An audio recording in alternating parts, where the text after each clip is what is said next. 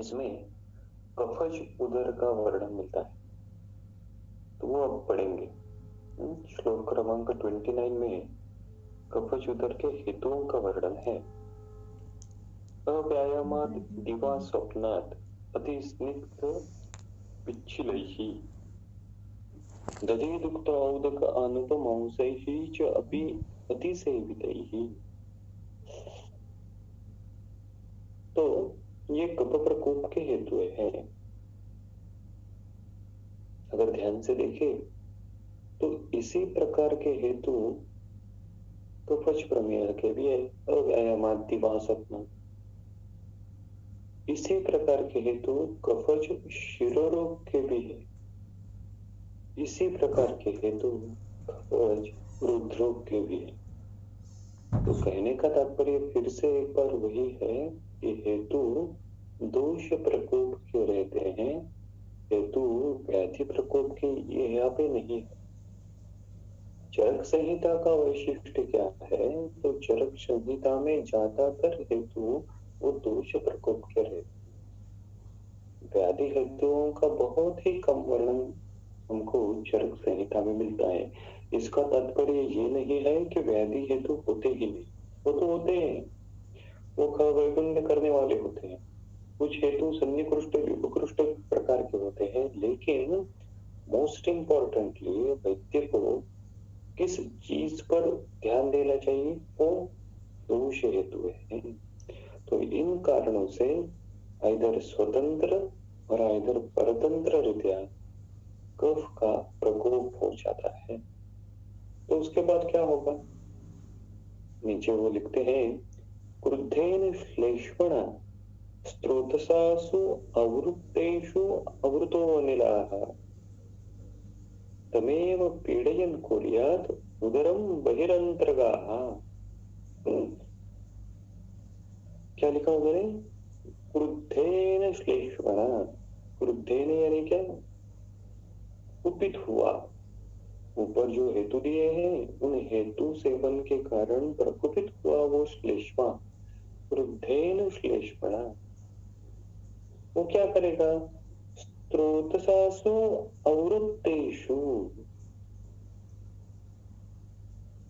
वो श्लेष्मा जो है वो स्त्रोतस में अभिसंचित होने लगेगा।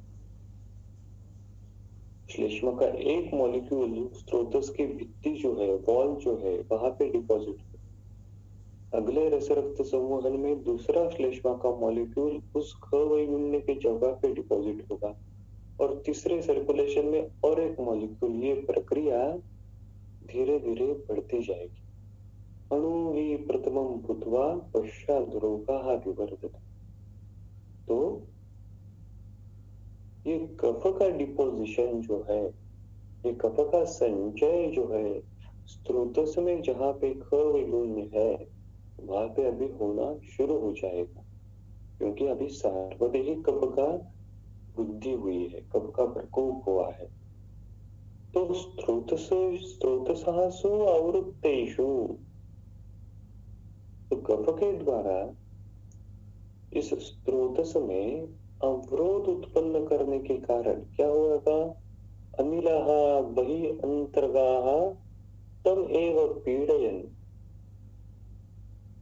तो स्त्रोतस में श्लेष्मा अवरोध उत्पन्न करने के कारण उस स्त्रोतस से बहने वाला जो वायु है, उस वायु की गति को अवरोध उत्पन्न हो रहा है श्लेष्मा के कारण, उनको मालूम है। तो ये फिर से वात का प्रकोप करेगा।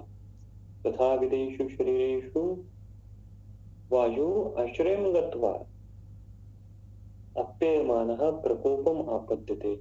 अभी वायु की गति को अवरोध किसने उत्पन्न किया है? वायु की गति का अवरोध अभी श्लेष्मा के मॉलिक्यूल ने उत्पन्न किया। तो एक प्रकार से श्लेष्मारूप वात जैसी कंडीशन अभी आपको उत्पन्न हुई है। और जब जब वायु की गति को अवरोध उत्पन्न हो जाएगा तब तब वायु का फिर से एक बार प्रकोप उत्पन्न होने के कारण वो वायु क्या करेगा? वो वायु तो चुप बैठने वाला नहीं, वायु एवं स्वयंभू भगवान।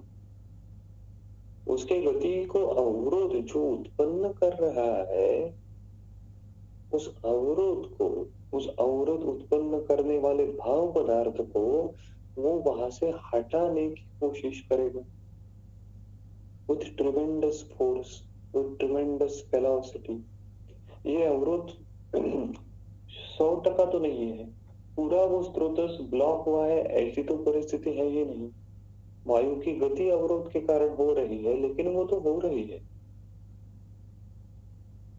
तब ऐसी अवस्था में वायु जो अवरोध उत्पन्न करने वाला जो श्लेष्मा है, उस श्लेष्मा को अपनी जगह से हटाकर अन्य दूसरी जगह पे लेके जाएगा। और वो दूसरी जगह कौन सी है इस विषय में? वो है बहियंतर्गाः त्वमेव पीडयन्। बहियंतर्गाः, देखिए उन्होंने बहियंतर्गाः ऐसा लिखा है। बहियंतर्गाः, इसकी टीका देखिए। बहियंतर्गाः के संदर्भ में वो कहते हैं बहियंतर्गाः इति अंतरात् बाह्यगाः। सो उस श्लेष्मा के मॉलिक्यूल को जो अभी वायु की गति को अवरोध उत्पन्न कर रहा है, उसको अभी प्रकोपित हुआ वायु, now it spread it beyond the intestine. आंत्र के पश्चात उसको वो अभी डिपोजिट कर देता है, यानी जो त्वक और मांस है उपशिष्ट, उसके बीच की जो जगह है वहां पे अभी उसको डिपोजिट कर रहा है प्रकोपित होने वाला वायु। सो क्रुद्धेन श्लेष्मणा स्रोतसासु आवृत्तेषु अनिलाः बहियंतर्गाः तमेव पीडयन् उदरम कुर्यात्। तो वायु का मार्ग कफ के कारण अवरुद्ध होने से वो प्रकोपित हुआ वायु फिर से उस कफ की दुष्टि करता है। तमेव पीडयन् and now spread it beyond the intestine बहियंतर्गाः। तो इस प्रकार से कफज उदर की निर्मित होती है। और उसके लक्षण कौन से हैं वो उन्होंने नीचे दिए। तस्य रूपाणि गौरव अरोचक अविपाक अंगमर्दाः। तो ये सार्वदेहिक कफ प्रकोप होने के कारण कफ के लक्षण तो दिखने ही वाले हैं, जो प्रत्यात्म लक्षण है। तो उस प्रकार से गौरव अरोचक अविपाक अंगमर्द सुक्ति ही पाणिपाद मुष्क उरुषूपः उत्क्लेश निद्रा कास श्वासः। तो अगर कफ द्रवगुण से बड़ा है तो उत्क्लेश ज्यादा मात्रा में होगा। निद्रा कास श्वासः, तो स्रोतसासु आवृत्तेषु, ये जो कफ की पैथोलॉजी है वो केवल महास्त्रोतस में नहीं होगी, वो केवल पुरुषवह स्त्रोतस में नहीं होगी, वो पूरे शरीर में हो रही है। वो अगर प्राणवह स्त्रोतस में भी प्रीडोमिनेंटली होती है तो निद्रा वहां पे कास श्वासः इस प्रकार का लक्षण उत्पन्न होता है। शुक्लत्वं च नखनयन वदनत्वं मूत्र वर्चसाम। और सार्वदेहिक कफ प्रकोप होने के कारण जो एंड प्रोडक्ट्स है, जो एंड ऑर्गन्स है, वो भी कफ के गुणधर्मी कफ समान श्वेत वर्णी होने लगते हैं। अपि च उदरम शुक्ल राजी शिरा संदतम गुरु स्थिपितम स्थिरम कठिनम च भवति एतत् श्लेष्म उदरम इति विद्यात्। तो इस प्रकार से श्लेष्म उदर की निर्मिति और वहां के लक्षण उत्पन्न हो जाते हैं। आगे श्लोक क्रमांक 32 में उन्होंने सन्निपातिक उदर का वर्णन किया। उसके हेतु उन्होंने लिखे हैं दुर्बलाग्नेः अपथ्याम विरोधी गुरु भोजनैः स्त्रीदत्तैश्च रजो रोम विण्मुत्र अस्थि नखादिभिः विशेष्य मंदे वाताद्या कुपिताः संजयं त्रया शनैः कोष्ठैः प्रकुर्वन्तो जनयति उदरम नृणाम्। तो इसके हेतु कुछ अलग है। सन्निपात उदर है, त्रिदोषों का प्रकोप स्वतंत्र रीत्या हुआ है, तो उसमें कुछ कुछ हेतु अलग उन्होंने दिए है। ये दुर्बल अग्नि है, अपथ्याम, अग्नि दुर्बल है, अग्नि की शक्ति कम है। ऐसी अवस्था में अगर रुग्ण अपथ्याम, विरोधी गुरु भोजन ही का सेवन करता है तो वो इन ही दोषों को बढ़ाने वाला होता है। वो सन्निपातज उदर की निर्मिति करता है। और ये प्रैक्टिकली ये हेतु बहुत बार प्रैक्टिस में भी देखा जाता है कि अग्नि दुर्बल है, लेकिन अपत्यों का, विरोधी आहार का, गुरु भोजन का सेवन रुग्ण के द्वारा होता है। रुग्ण, अगर उधर का रुग्ण हमारे पास आता है तो सबसे पहला सवाल हमारे दिमाग में क्या रहता है कि ये अल्कोहलिक है क्या, मदात्यजन्य अवस्था है क्या। अगर वो मदात्यजन्य अवस्था है तो उसके पैथोलॉजी लिखना है, उसकी पैथोलॉजी समझना थोड़ी सी आसान हो जाती। लेकिन अगर रुग्ण कहता है कि मुझको मदात्य का इतिहास नहीं है, मैंने कभी दारू को छुआ ही नहीं है, ऐसी अवस्था में वहां पे जलोदर की निर्मित अगर होती है तो वो आयुर्वेद के परिप्रेक्ष्य में किस प्रकार से जाने। तो ये थोड़ा चिंतन का विषय है, ये थोड़ी जानने की बात है, ये थोड़ी उहन की बात है कि नॉन अल्कोहलिक जो असाइटिस, इस प्रकार की केस हमारे सामने आ जाती है तो उसको हम किस प्रकार से जाने। तो उस विषय पे ये जो हेतु है वो हमको मदद कर सकता है। दुर्बल अग्नि है, अपथ्याम विरोधी गुरु बोझ नहीं है। दुर्बल अग्नि, वो अग्नि पहले से दुर्बल है। दुर्बल अग्नि होने के बहुत सारे कारण हो सकते हैं। देखिए, आपको मालूम है प्रशायद चरक चिकित्सा स्थान का जो 15वां अध्याय है गृहिणी चिकित्सा अध्याय, इसमें लोगों क्रमांक 42-43 जो गृहिणी दृष्टि के हेतु है, पेज नंबर 517, अभोजनात् अजीर्णात् अधिभोजनात् विषमाशनात् असात्म गुरु शीत अतिरुक्ष संतुष्ट भोजनात्।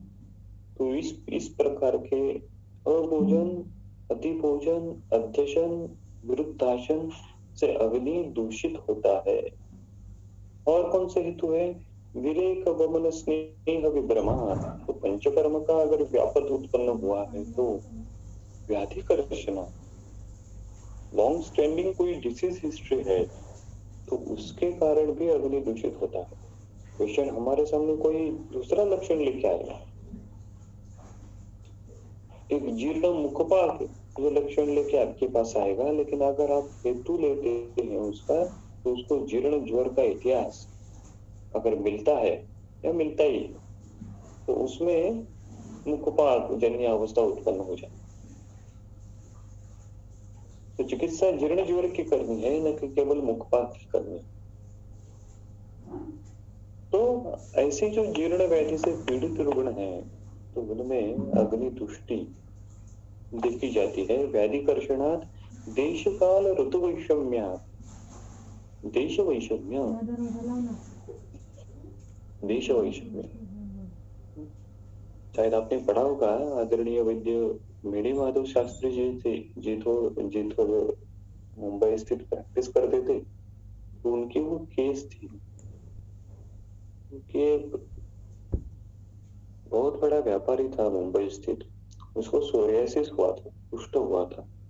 तो उसकी चिकित्सा मुंबई में जो प्रतिदेश वैद्य थे, एलोपैथिक डॉक्टर थे, वो सभी कर रहे थे, लेकिन बहुत दिन तक उसकी चिकित्सा करने के बाद भी उसको बहुत अच्छा उपशय नहीं मिल रहा था। तो ऐसी अवस्था में वो जो रुग्ण है, वो जब मेडी माधव शास्त्री जी के पास आया तो मैंने फिर से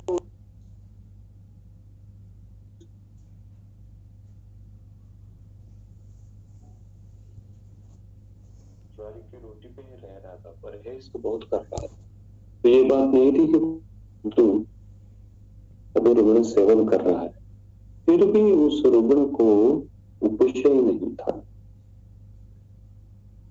तो हेतु निकालते समय एक हेतु इंपॉर्टेंट शास्त्री जी को लगा, वो था कि रुग्ण बेसिकली अहमदाबाद का था और पिछले 4-5 साल से वो मुंबई में अपना व्यापार कर रहा।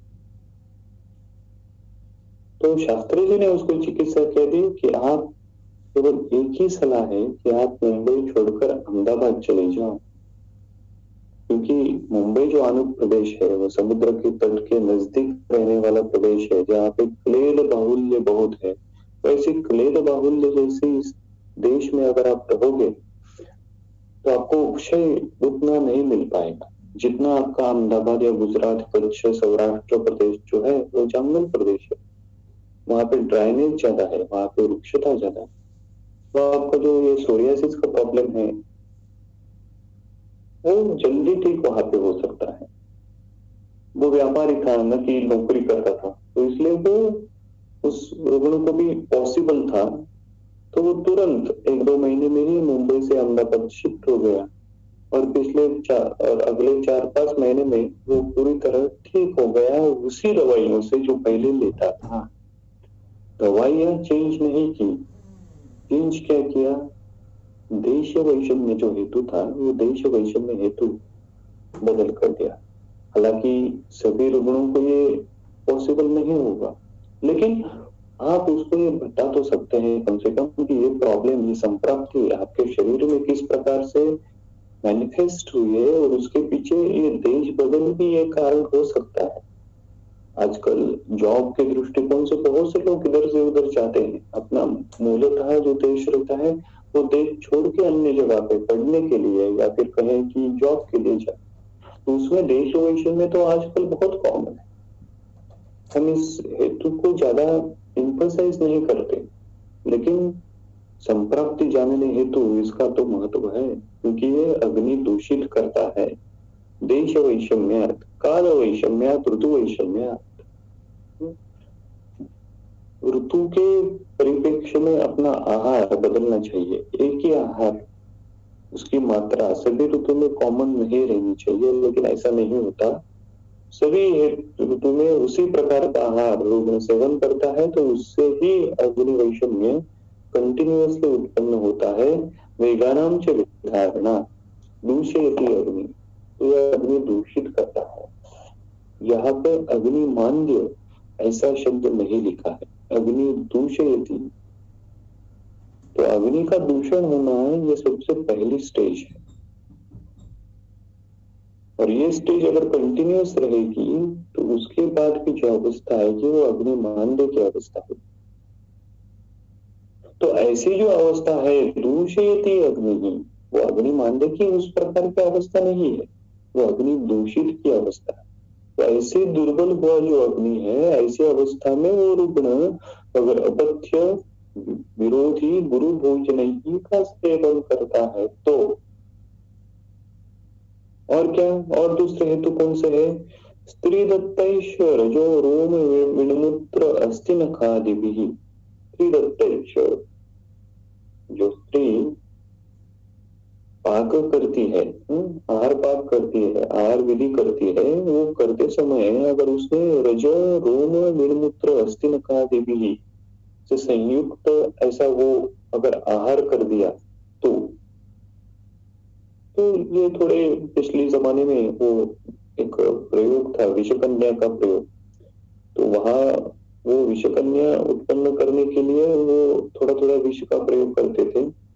और दूसरा प्रकार था कि रजोरोम जो है वो एक अन्य प्रकार के विषयों के लिए भी उसकी गणना की जाती है, तो इसीलिए ये स्त्री के द्वारा अगर विष प्रयोग अन्य अन्य प्रकार से होता है, वो इंटेंशनली होगा वो नॉन इंटेंशनली होगा, लेकिन उसका अगर सेवन आहार के साथ लिया जाता है तो उससे क्या होता है, कुपिता संचयम त्रया, तो 3 ही दोषों का प्रयोग हो जाता है।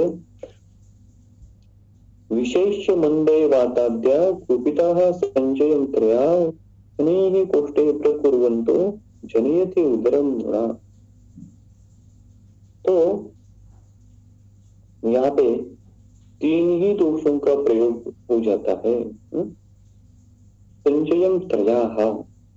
तो अभी वाग्भट्टाचार्य जी ने इस संदर्भ में और एक एडिशन की है। उन्होंने यहाँ पे सरक्त त्रयो दोषाः ऐसा लिखा है कि सन्निपात शूकर में तीन ही दोषों का प्रकोप तो होता ही है, लेकिन उसके साथ साथ रक्त का भी प्रकोप होता है।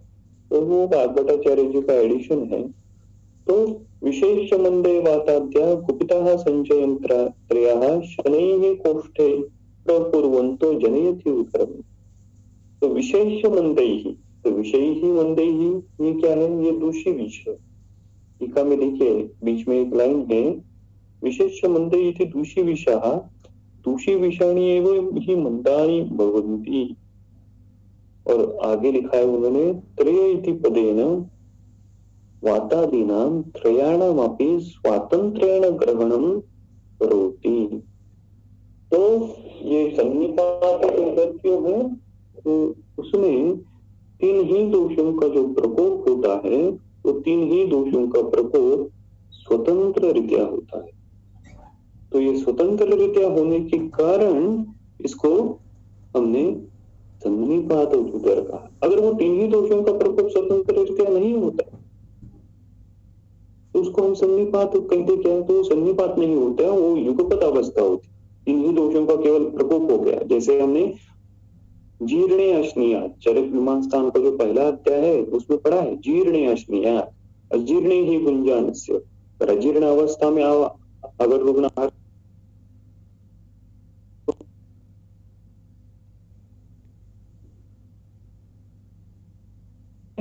एक दोष का जो हेतु है उसका स्वतंत्र रीत्या सेवन नहीं हुआ है।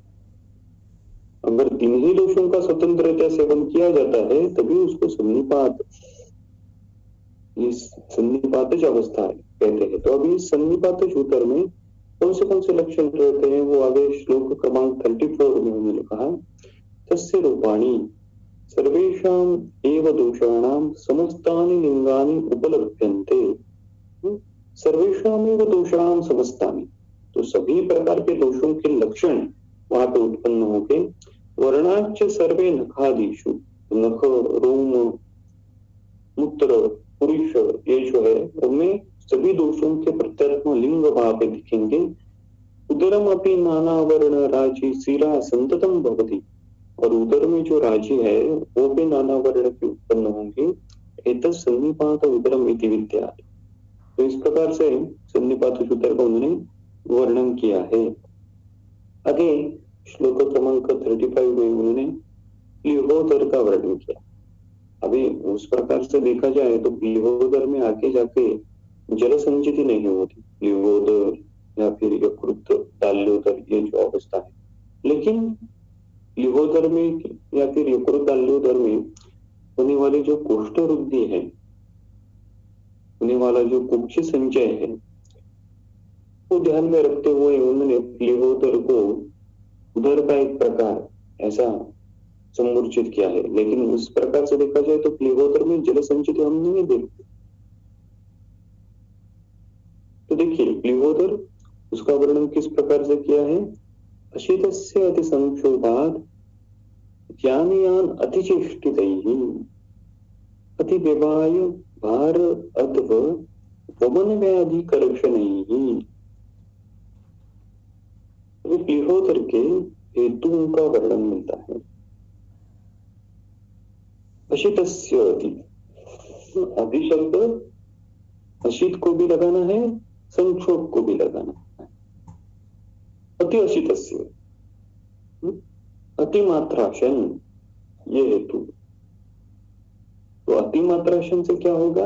अतिमात्राशन ये तीन ही दोषों का प्रकोप करने का हेतु है, चरक मीमांसा अध्याय 2। तो ये तीन ही दोषों का प्रकोप होने के कारण प्लीहा की दृष्टि आगे जाके होने वाली है। ओके, अशितस्य अति, अति संक्षोभाद यान यान चेष्टित। तो यान के द्वारा, व्हीकल के द्वारा अगर ज्यादा संक्षोभकारक अगर प्रवास होता है तो हम क्या पढ़ रहे हैं? हम पढ़ रहे हैं प्लीहोदर। और हेतु किस प्रकार का दिया है देखिए, यान यान अतिसंक्षोभितैः अतिचेष्टितैः। एक्चुअली ये हेतु लिहोदर का किस प्रकार से हो सकता है, इस हेतु से प्लीहा की दृष्टि किस प्रकार से होती है कि रुग्ण यान से, संक्षोभ करने वाले यान से अगर ज्यादा प्रवास करता है, चेष्टित ही, तो उसको आगे जाके लिहोदर की निर्मिति हो सकती है। तो ये एक अलग हेतु चरकाचार्य जी ने वर्णन किया है कि संक्षोभाद्य यान अतिचेष्टित ही, संक्षोभ करने वाले। अभी संक्षोभ करने वाले ये हेतु तो प्रैक्टिकली बहुत बार देखा जाता है। हमारे रोड देखिए, रोड में खड्डा है या खड्डे में रोड है पता ही नहीं चलता। तो ऐसे संक्षोभ उत्पन्न करने वाले रास्ते से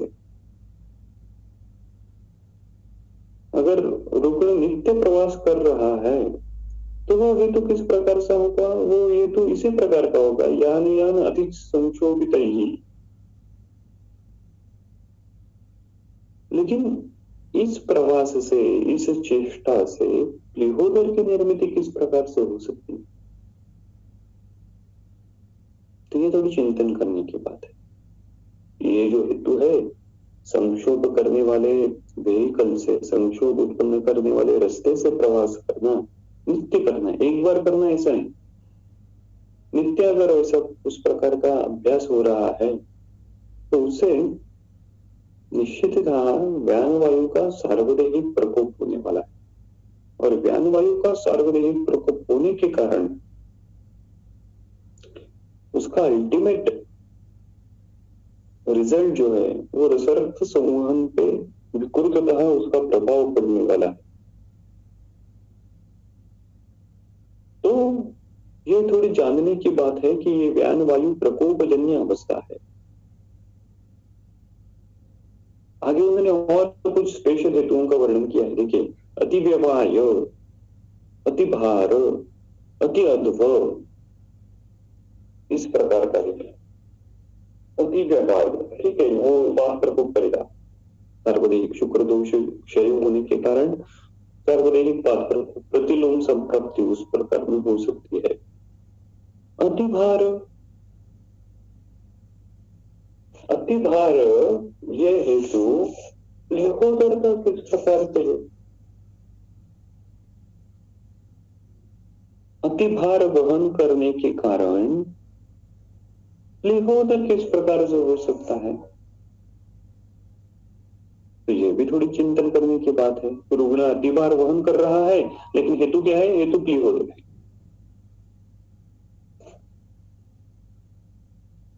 और आगे उन्होंने लिखा अति अध्व, अध्व यानी क्या, अध्व यानी गमन करना, पाद गमन करना, चलना।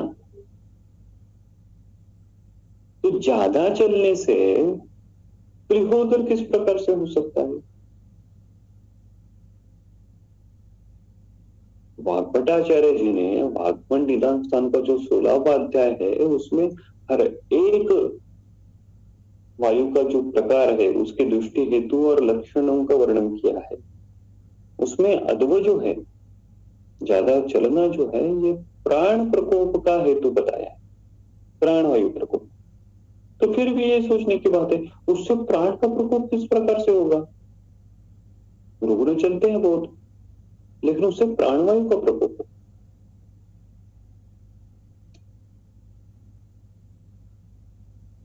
आत्माराम शास्त्री दातार जो थे,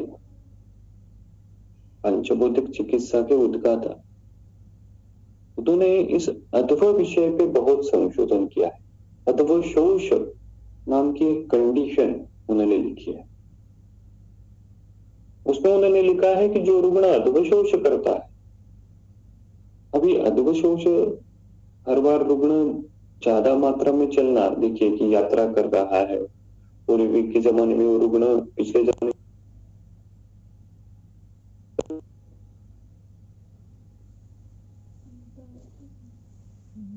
के कारण हजार हजार किलोमीटर, दो दो हजार किलोमीटर जो मजदूर थे वो एक जगह से दूसरी जगह को पैदल चले गए।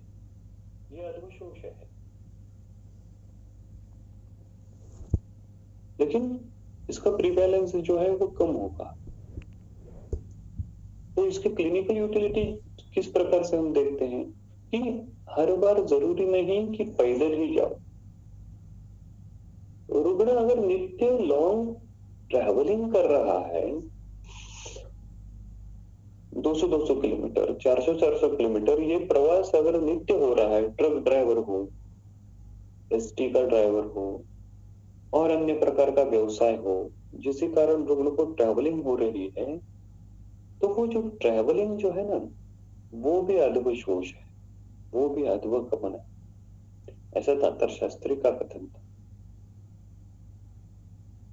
तो इस अधव शोच का परिणाम क्या होता है कि शरीर में वात प्रकोप तो होता है इस अधव शोच के कारण, लेकिन कंटिन्यूअस ट्रैवलिंग के कारण रुग्ण का अपान और समान ये दोनों विकृत हो जाते हैं। अपान गति और समान गति ये दोनों विकृत हो जाते हैं और इसी कारण ये अधव शोष का इम्पैक्ट इस प्रकार से होता है कि शरीर में जो आप महाभूत है उस आप महाभूत का क्षय होने लगता है। तो रक्त धातु में जो आप महाभूत है, रक्त धातु के जो पार्थिव अंश हैं उसमें जो आप महाभूत है उनका भी क्षय होने लगता है। तो रक्त के जो पार्थिव अंश है उनमें से अगर आप महाभूत आप निकाल दे, उनका अगर क्षय हो जाए, तो जो बचे हुए अंश है उनका भी डिपोजिशन आगे जाके प्लीहा में होता है, क्योंकि रक्त के संदर्भ में यकृत और प्लीहा ये दो महत्वपूर्ण अवयव है, मूल स्थानीय है। लेकिन उनमें डिफरेंस क्या है? यकृत जो है वो स्त्रावी अवयव है, सिक्रेटरी अवयव है, और प्लीहा जो है वो प्लीहा ग्राही अवयव, वो एक देता है और दूसरा लेता है। तो जब जब रक्त में विजातीय भाव पदार्थ टॉक्सिक मटेरियल बढ़ जाते हैं तो उसका डिपोजिशन कहाँ पे होगा? उसका डिपोजिशन प्लीहा में होगा। तो ये प्लीहा में डिपोजिशन बढ़ने के कारण, पार्थिव अंश का डिपोजिशन प्लीहा में बढ़ने के कारण अंतिमतः प्लीहा वृद्धि होती है, ऐसा दातार शास्त्री जी का कथन था और वो सही है, क्योंकि वैसा होता ही है। अगर अधव शोष ट्रैवलिंग का हिस्ट्री अगर रुग्ण को है तो ऐसे रुग्ण में अगर आप प्लीहा प्रदेश में नाद परीक्षा करेंगे तो उस प्लीहा प्रदेश में अग्नीय नाद आपको मिलेगा और वहां पे कई कई बार प्लीहा प्रदेश में स्पर्श सहत्व भी आपको मिलेगा। तो ऐसी अवस्था अगर उत्पन्न होती है तो वो प्लीहा वृद्धि की अवस्था है, ये आपको जानना चाहिए, और वो अधव शोष के कारण उत्पन्न हुई है। आगे जाके दातर शास्त्र में और भी बताया कि केवल प्लीहा की वृद्धि होती है ऐसी बात नहीं है, प्लीहा में स्पर्श सहत्व होता है या ये केवल नहीं है, वो आगे दक्षिण रुक्क पे भी उसका परिणाम होता है, और दक्षिण रुक्क प्रदेश और वाम रुक्क प्रदेश ये दोनों प्रदेश में, और ज्यादा से ज्यादा वाम रुक्क प्रदेश, उस वाम रुक्क प्रदेश में स्पर्श सहत्व मिलने लगता है। तो उन्होंने लिखा है कि आगे कि रुग्ण अगर वाम प्रदेश जो है, लेफ्ट रीजन जो है, वहां पे शूल लेके आता है, जैसे कि left shoulder pain, left frozen shoulder, left hand pain, left renal region pain, left abdominal region pain, left knee joint pain, left ankle pain, इस प्रकार की अगर अवस्था लेकर रुग्ण आता है तो ऐसे रुग्ण में प्लीहा का परीक्षण करना चाहिए, और मोस्टली इन अवस्था में प्लीहा की दृष्टि होती ही है, ऐसा उनका कथन है, वो आप्त वचन है। कहने का तात्पर्य है कि अधव ये विषय प्रैक्टिकली भी उतना इम्पोर्टेंट है, और प्रैक्टिकली उस प्रकार का हेतु एक्सेसिव ट्रैवलिंग का हेतु रुग्ण में दिखता है। तो एक्सेसिव ट्रैवलिंग अगर रुग्ण नित्य कर रहा है, ज्यादा डिस्टेंस रुग्ण ट्रैवलिंग के कर रहा है, तो वो अधव शोष इस पैथोलॉजी में आता है, और ये अधव शोष के कारण प्लीहा की वृद्धि हो जाती है, व्याधिकर्ष नहीं की। अन्य कोई दूसरी व्याधि से अगर रुग्ण पीड़ित है तो उसी कारण मांस धातु का क्षय होता है, शरीर का अपमहाभूत का क्षय होने लगता है। और जब जब मांस धातु का, मेद धातु का क्षय होगा, मेद से स्वप्न पट्या प्लीहो वृद्धि कशाम बता, तो उससे प्लीहा की वृद्धि होती ही है। तो इस प्लीहा की वृद्धि किस प्रकार से होती है उसका वर्णन मैंने नीचे किया। वाम पार्श्व स्थितः प्लीहा च्युतः स्थानात् प्रवर्धते, शोणितं वा रसादिभ्यो विवृद्धं तं विवर्धे। क्या लिखा उन्होंने? रसादिभ्यः विवृद्धः शोणितं वा तं विवर्धे। वाम पार्श्व स्थितः प्लीहा च्युतः स्थानात् प्रवर्धते। वाम पार्श्व स्थितः प्लीहा, उन्होंने प्लीहा की पोजीशन बताई कि जो वाम पार्श्व स्थित प्लीहा है वो च्युतः स्थानात् प्रवर्तते। तो प्लीहोदर इसमें क्या होता है, जो वाम पार्श्व स्थित प्लीहा है वो अपने स्थान से सबलक्सेशन उसका हो जाता है, वो अपने स्थान से उसका भ्रंश होने लगता है, उसको ही हम प्लीहोदर कहेंगे।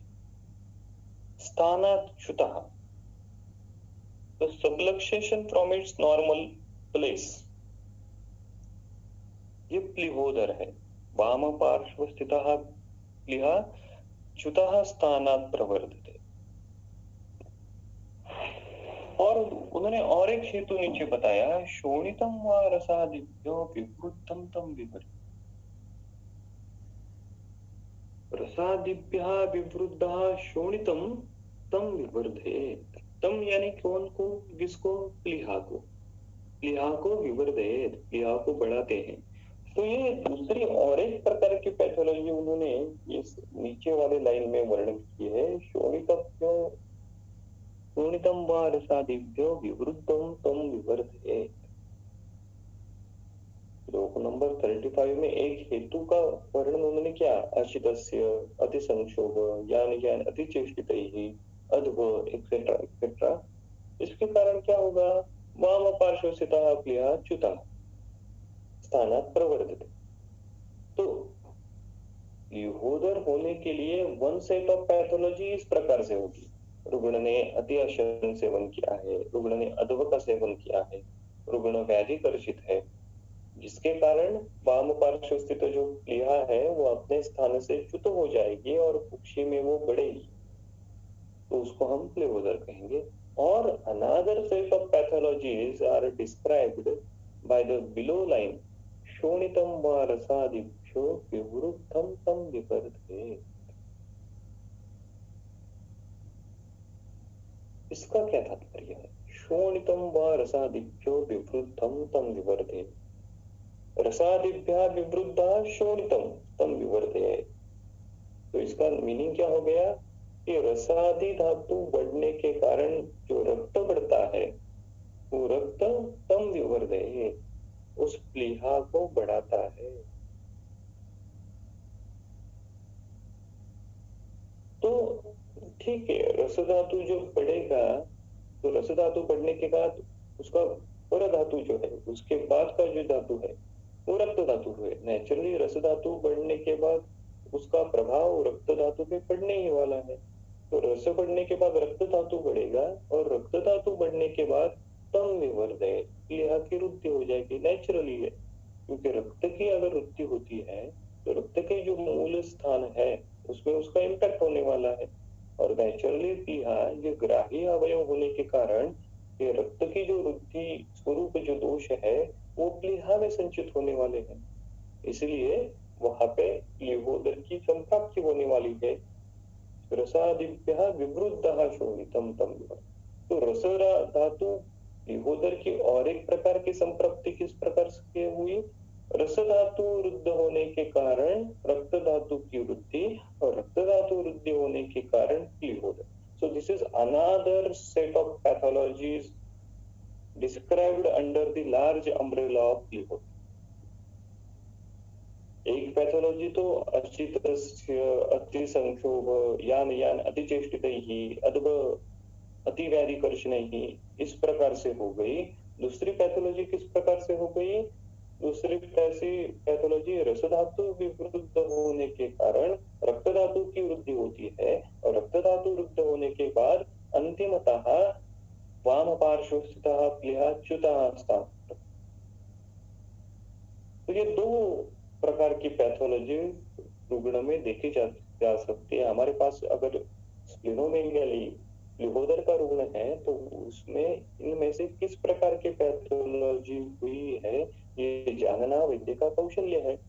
ये तो वैद्यत्व है कि वो 1 नंबर पैथोलॉजी से हुए हैं या ये 2 नंबर पैथोलॉजी जो हम देख रहे हैं रसादिभ्यो विवृद्धो शोणितम तम विवर्धे, तो उससे हुई है। और अभी तीसरी प्रकार की पैथोलॉजी रस धातु वृद्ध होने के बाद रक्त धातु की वृद्धि होगी, ये तो ठीक है, ये तो नेचुरली है। एक धातु जब बढ़ेगा तो उसका इम्पैक्ट उसके बाद के धातुओं पे तो पड़ने ही वाला है, वो तो समझ में आएगा। लेकिन यहाँ पे ओरिजिनल जो सूत्र है उसमें उन्होंने शब्द कौन सा यूज किया है? रसादिभ्यो। उन्होंने केवल रस ऐसा नहीं लिखा, चूर्णितम व रस विवृद्धम तम विवर्धेत ऐसा नहीं लिखा।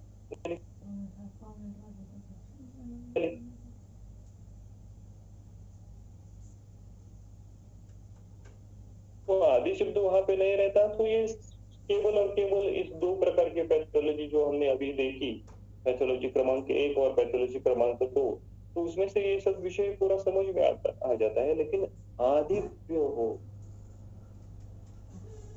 चूर्णितम व रसादिभ्यो विवृद्धो तम विवर्धे, ये आदिभ्यो शब्द वहां पे है, इसी कारण इसमें अभी नए शेड आ जाते हैं, इसमें अभी नए विषय आ जाते हैं। रस धातु रुद्ध होने के कारण रक्त धातु तो रुद्ध होगा, लेकिन रसादिभ्यो कहने का तात्पर्य क्या है? तो आदिभ्यो कहने का तात्पर्य है कि वहां पे मांस भी है, वहां पे मेद भी है, वहां पे अस्थि भी है, वहां पे मज्जा भी है, वहां पे शुक्र भी है। तो रस धातु रुद्ध होने के कारण रक्त धातु की वृद्धि होना और फिर प्लीहा पड़ना, ये तो लॉजिकल है, ये तो समझ में आया। देखिए टीका में भी उस प्रकार से कहा है, जो 3 नंबर की लाइन है उसमें वो कहते हैं तेन रसस्य कारणस्य रुद्ध्या कार्यस्य रक्तस्य रुद्धि तथा मांसादिभ्यो अपि रक्त रुद्धि भवति।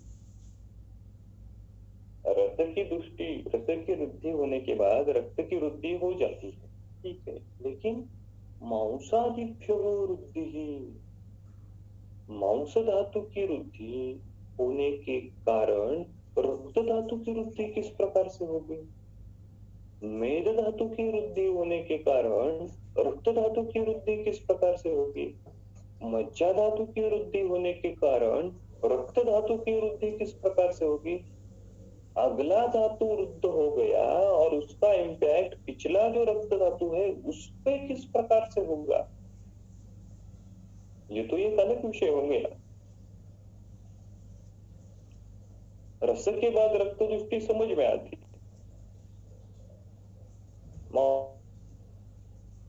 में आती है, लेकिन दुष्ट हुआ है मांस।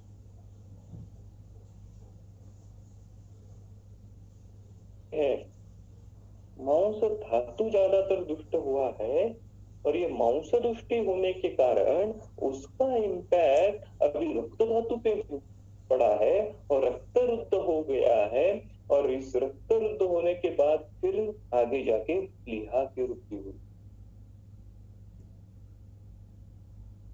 तो ये एक अलग प्रकार की तीसरी पैथोलॉजी है जिसमें रक्त के बाद में जो धातु है मांस से लेके शुक्र तक वो धातु अभी विकृततः बढ़े हैं और वो बढ़ने के कारण उसका इम्पैक्ट रक्त धातु पे पड़ा है और अंतिमतः ये रक्त धातु में वो विकृत धातु स्वरूप दोष आने के कारण उसका एंड रिजल्ट वाम पार्श्व स्थितः प्लीहा च्युतः इस प्रकार से हुआ है। तो ये एक अलग प्रकार की तीसरी पैथोलॉजी है और इसको ही जिसमें अन्य उत्तर धातु रुद्ध होने के कारण उसका इम्पैक्ट रक्त धातु पे पड़ता है, इसको ही आदरणीय गुरु कुंदरकर जी ने एक नाम दिया है। उसको उन्होंने कहा है अभ्यंतर विमार्ग गमन। तो ये अभ्यंतर विमार्ग गमन है, धातुओं का अभ्यंतर विमार्ग गमन।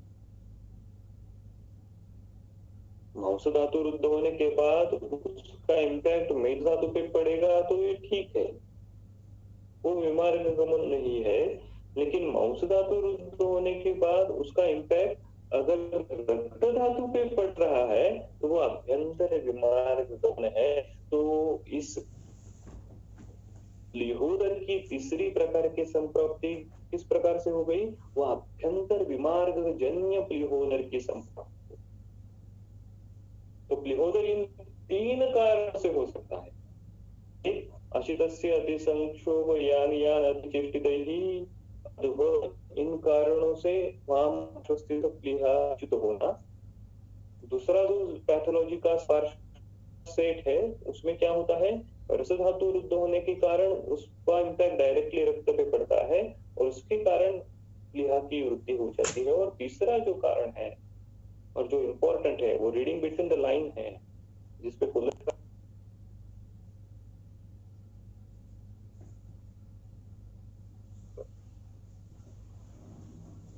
कारण ये तीसरा प्रकार की पैथोलॉजी प्लीहोदर की हो सकती है।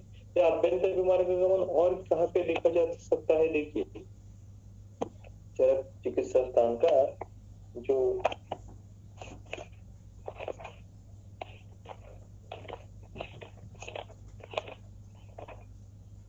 पेज नंबर 428, चरक चिकित्सा स्थान अध्याय 4 श्लोक नंबर 7-8। क्या लिखा है उन्होंने? रक्त पित्त संप्राप्ति में हमने देखा है तय हेतु भी समुत्क्लिष्टम पित्तम रक्तम प्रपद्यते तद्यो योनित्वात् प्रपन्नम च वर्धते तत् प्रदूषयेत् तस्य उष्मणा द्रवो धातुर्धातो प्रसिच्यते स्विद्यता तेन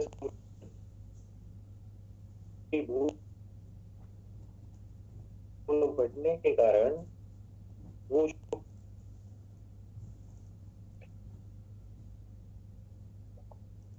धातु प्रसिच्यते, हर एक धातु जो है जिसमें आप महाभूत है, वो मांस में है, वो मेद में है, वो मज्जा में है, वो शुक्र में है, वो लसिका में है, तो हर एक आप महाभूत प्रधान जो धातु है उसका प्रसिच्यते यानी क्या है? उसका निचोड़ लेना, उसको एक्सट्रैक्शन होना, उस उष्ण गुण संपर्क के कारण उसका स्वेदन हो जाता है हर एक धातुओं का, और उसमें से जो आप महाभूत है वो फिर रक्त धातु में समूर्छित हो जाता है और रक्त की वृद्धि हो जाती है। ये भी क्या है? ये भी एक प्रकार का अभ्यंतर विमार्ग गमन है जिससे रक्त होता है।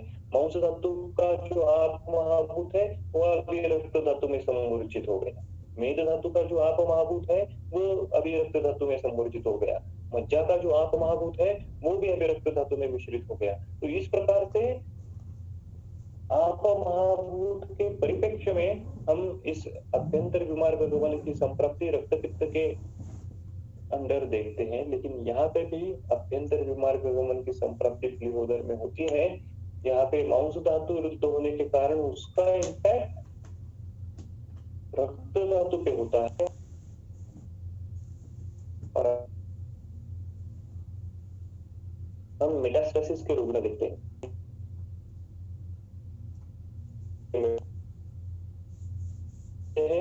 मांस की वृद्धि हो जाती है और उसका विमार्ग गमन यानी मेटास्टेसिस हम कह सकते हैं, और उसके कारण प्लीहा की वृद्धि स्प्लीनोमेगाली कई बार रुग्ण में देखी जाती है, जैसे ब्लड कैंसर रहते हैं, एक्यूट माइलॉइड ल्यूकेमिया के रुग्ण रहते हैं।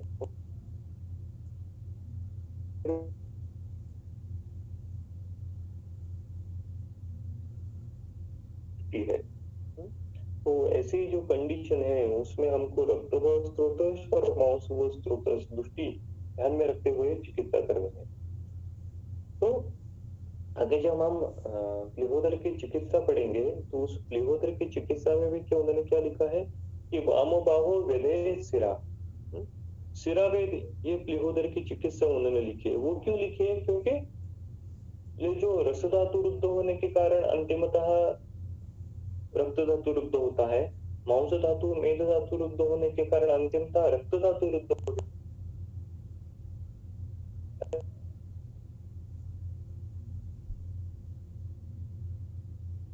वामो बाहो वेदेत सिरा, तो जो रक्त रुद्धि जन्य जो प्लीहोदर है उसकी चिकित्सा इस प्रकार से उन्होंने लिखी है। अगर अद्वशोष के कारण प्लीहोदर हुआ है, जो अति अशन के कारण प्लीहोदर हुआ है, या अति संक्षोभित के कारण अगर प्लीहोदर हुआ है, तो वहां पे वामबाहो वेदेत सिरा का कुछ इंपॉर्टेंस नहीं रहेगा। लेकिन अगर रक्तवृद्धि ये प्रधान घटना उस पैथोलॉजी में हुई है, तो वहां पे रक्तमोक्षण का अपना अलग ही महत्व है। तो इस प्रकार से ये अभ्यंतर विमार्ग गमन की संप्राप्ति जानना प्लीहोदर में, ये भी एक महत्वपूर्ण यहाँ पे एक विषय है कि प्लीहोदर की जो संप्राप्ति है वो इस 3 प्रकार के हो सकती है। अपना जो हेतु है वो हेतु सेवन के कारण, अधव के कारण, वमन के कारण, वैदिकर्षण के कारण दोषों का प्रकोप होके प्लीहोदर की निर्मिति होना। दूसरा कारण रसधातु वृद्धिजन्य प्लीहोदर, जिससे रस धातु रुद्ध होने के बाद रक्त धातु रुद्ध होना, और अंतिमतः वाम पार्श्वस्थितः प्लीहा च्युता होना। और तीसरा कारण जो है वो आभ्यंतर विमार्ग गमन। तो ये आभ्यंतर विमार्ग गमन से भी प्लीहोदर की निर्मिति हो जाती है। जैसे हमने मेटास्टेसिस में इस प्रकार की पैथोलॉजी देखते हैं, जैसे हम रक्तपित्त में इस प्रकार की पैथोलॉजी देखते हैं। अन्य व्याधि का उपद्रव, अन्य स्त्रोतस का व्याधि हो गया, दूसरे स्त्रोतस का व्याधि हो गया, हम क्लिनिकली देखते हैं रुग्ण ऐसे 4-5 फाइल लेके हमारे पास आता है, उसको व्याधि अन्य स्त्रोतस का होता है, अस्थि मज्जा स्त्रोतस का, और उसका अगर हम परीक्षण करते हैं तो उसमें स्प्लीनोमेगाली भी देखी जाती है। ये क्या है? ये आभ्यंतर विमार्ग गमन है। और ये यकृत में भी देखा जाता है। रुग्ण का क्या होता है, कोलेस्ट्रॉल बढ़ा हुआ रहता है, और अगर उसका हमने यूएसजी किया तो उसमें फैटी लिवर दिखता है। ये क्या है? ये भी मेद धातु का अभ्यंतर विमार्ग गमन। तो इस प्रकार से हमको ये संप्राप्ति हमारी आयुर्वेद के परिप्रेक्ष्य में जाननी चाहिए। इसके लक्षण किस प्रकार से उत्पन्न होते हैं वो श्लोक नंबर 37 में उन्होंने लिखा है। तस्य प्लीहा कठिनो अष्टिलो एव आदौ वर्तमानः कच्छप संस्थान उपलभ्यते। तो तस्य प्लीहा, उस प्लीहोदर रुग्ण की प्लीहा किस प्रकार से होती है? आदौ अष्टिला एव, आदौ स्टार्टिंग में वो सबसे पहले अष्टिला एव रहती है, अष्टिला एव कठिना, तो उसकी कंसिस्टेंसी अष्टिला समान, स्टोन के समान रहती है। और आगे वो वर्धमान कच्छप संस्थान उपलब्ध है, और आगे उसकी जो कंसिस्टेंसी है वो और हार्ड हो जाती है, और वो कच्छप संस्थान उपलब्ध है। तो प्रोग्नोसिस के दृष्टिकोण से भी ये जानना है, स्टोनी हार्ड है या और रॉकी स्टोनी हार्ड है, उसका हार्डनेस जो है वो और बढ़ गया है उपलब्ध है। तो जो उपेक्षितः क्रमेण कुक्षिम जठरम अग्निष्ठानं च परिक्षिपन् उदरम अभिनिवर्तयति। और उसकी अगर उपेक्षा की जाए, उपेक्षितः स क्रमेण कुक्षिम जठरम अग्नि अधिष्ठानम च परिक्षिपन्, परिक्षिपन शब्द है। अगर ये बढ़ती हुई प्लीहा कि अगर हम उपेक्षा करते हैं तो क्रमेण कुक्षिम जठरम अग्नि अधिष्ठानम च परिक्षिपन। So now it surrounds and press the Kukshi जठर अग्नि अधिष्ठान, उसको वो प्रेस कर देता है। तो इस प्रेस करने के लिए उन्होंने परिक्षिपन ये शब्द वहां पे लिखा है, और उसके कारण उदरम अभिनिवर्तयति, तो उदर की निर्मिति वहां पे हो जाती है। अभी तस्य रूपाणी, और इसके कारण क्रमेण कुक्षी जठर अग्नि अधिष्ठानम च परिक्षिपन के कारण किस किस प्रकार के लक्षण उत्पन्न होंगे वो उन्होंने नीचे दिए है श्लोक क्रमांक 38 में। दौर्बल्य अरोचक अभिपाक वर्चो मूत्र ग्रह तम प्रवेश पिपासा अंगमर्द छरति मूर्छा अंगसाद काश श्वास मृदु ज्वर आनाह। देखिए काश श्वास जन्य लक्षण भी यहाँ पे उत्पन्न होते हैं। तो कास का अगर रुग्ण है, जीर्ण कास का अगर रुग्ण है, जीर्ण श्वास का अगर रुग्ण है, तो उसमें भी प्लीहा परीक्षण करना आवश्यक है। रुग्ण तो नहीं बताएगा कि मेरी प्लीहा बड़ी है, उसको क्या मालूम। लेकिन अगर जीर्ण कास है, जीर्ण श्वास है, तो वो प्लीहा दृष्टिजन्य तो है या नहीं, ये वैद्य ने जानना चाहिए। वो प्लीहा प्रदेश में स्पर्शा सहत्व है क्या, प्लीहा प्रदेश में नाद परीक्षा करके वहां पे आग्नेय नाद है क्या, रुग्ण को अधवशोष का इतिहास है क्या। ऐसे अगर हेतु मिलते हैं और रुग्ण को श्वास है, तो उसकी चिकित्सा अलग हो जाएगी। वहां पे दशमूल कटुपत्र आदि कषाय, नागर आदि कषाय, इसका इम्पैक्ट ज्यादा नहीं होगा। वहां पे आप रोहित का रिष्ट देखिए, वहां पे वरांग क्षार देखिए, वहां पे वर्धमान पिंपली रसायन देखिए, आप उस रुग्ण का कास कम कर सकते हो। तो हमारा सिलेक्शन ऑफ ड्रग बदल जाता है अगर हमारे हेतु बदल जाते हैं। मृदु ज्वरा अनाह अग्निनाश कार्श्य अस्य वैरस्य पर्वभेद कोष्ठवातशूलानि अपि च उदरम अरुणवर्णम विवर्णम वा नील हरित हारिद्र राजिमत भवति। तो इस प्रकार से यकृत प्लीहोदर का वर्णन किया। आगे उन्होंने यकृतोदर का वर्णन किया है। एवं एवं यकृतम अभी दक्षिण पार्श्वस्थम कुर्या। इसी प्रकार से जो दक्षिण पार्श्व जो यकृत है उसकी भी वृद्धि हो जाती है। तुल्य हेतु लिंग औषध औषधत्वात् तस्य प्लीह जठरे एव अवरोधात् इति। तुल्य हेतु, तो जो प्लीहोदर के हेतु है उसी हेतु से हिपैटोमेगाली भी हो जाती है, यकृत की वृद्धि हो जाती है। तो उसमें से इंपॉर्टेंट हेतु हमारे दृष्टिकोण से अभी कौन सा है, अभ्यंतर विमान गमन, अन्य धातु रुद्ध होने के कारण रक्त की वृद्धि होना और उसे यकृत की वृद्धि होना। तो ये भी बहुत बार कॉम्प्लिकेटेड जो केसेस हमारे पास आते हैं, तो उसमें आयुर्वेदीय दृष्टिकोण से संपत्ति लगाने के लिए ये भी इम्पोर्टेंट है, यकृत पे जो उसका इम्पैक्ट हुआ है। प्लीह जठर एव अवरोधात् इति एतत् प्लीहोदरम इति विद्यते। तो इस प्रकार से उन्होंने प्लीहोदर का और यकृतोदर का वर्णन किया है। तो आज हम यहाँ पे रुकते हैं। आगे जो बद्धोदर का वर्णन है और जलोदर का वर्णन है वो अगली बार हम पढ़ेंगे।